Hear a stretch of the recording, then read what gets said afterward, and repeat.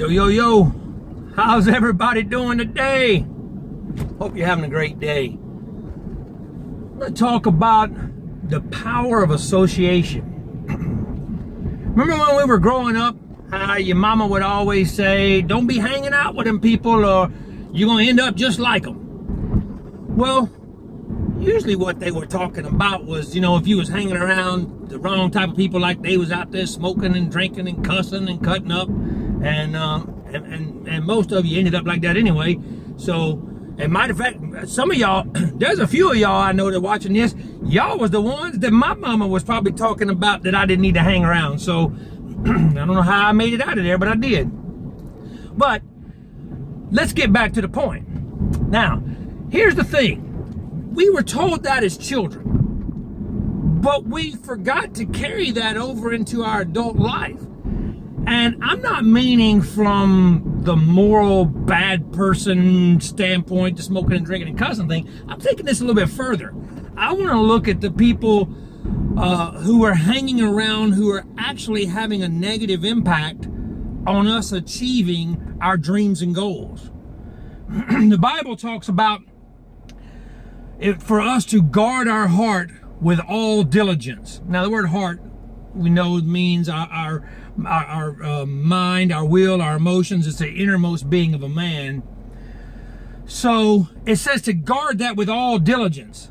I mean, that literally means, to fortify and protect it as of a thing of value.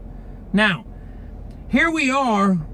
What we're doing is when we're around people who we trust the most and who has the most credibility with us, who we are the most familiar with, we actually do the opposite. We let our guard down. When you let your guard down, what happens is you're putting your conscious mind now, you're basically parking it into neutral and now not allowing protection over the subconscious. See, the subconscious mind cannot accept or reject it. It takes whatever is allowed into it. Well, when you're around people that you are familiar with and you're comfortable with, you're operating in a vibratory state and on such a frequency as to let things just come in. Your subconscious is like a sponge, just letting things in. So whatever's being said is just going straight in and it's reprogramming you. And if the people who you're around the most, if they operate from a negative form of vibration or in a negative state of vibration, then that means that the information going into you is negative. Now here's the thing, watch this. This is it. This is the really, really cool, powerful tip to learn here. Our thoughts are where everything starts. So it's how we think. Our thoughts become our words become our actions become our habits, and our habits dictate our destiny. So who we're hanging around, if your mama was right, that if you hang around them long enough, you are going to start acting just like them. Why are you acting like them? Because you're starting to think like them. There was a book called Say Yes to Your Potential I read years ago. The guy in the book, Skip Roth, said that when he realized that he was going to have to make some changes to accomplish his dreams and goals, and one of them was the people he hung around. And he said he realized he was going to have to tell everybody that he was around that one of three things was going to have to happen. Either they were going to come to his way of thinking, he was going to have to come to their way of thinking, or they were going to have to split ways. And that's what generally has to happen. If you find people who have, quote unquote, become the most successful, and when I say that, I mean by accomplishing what it is they set out to, they've come to that point in time in life where they realize how critical association with.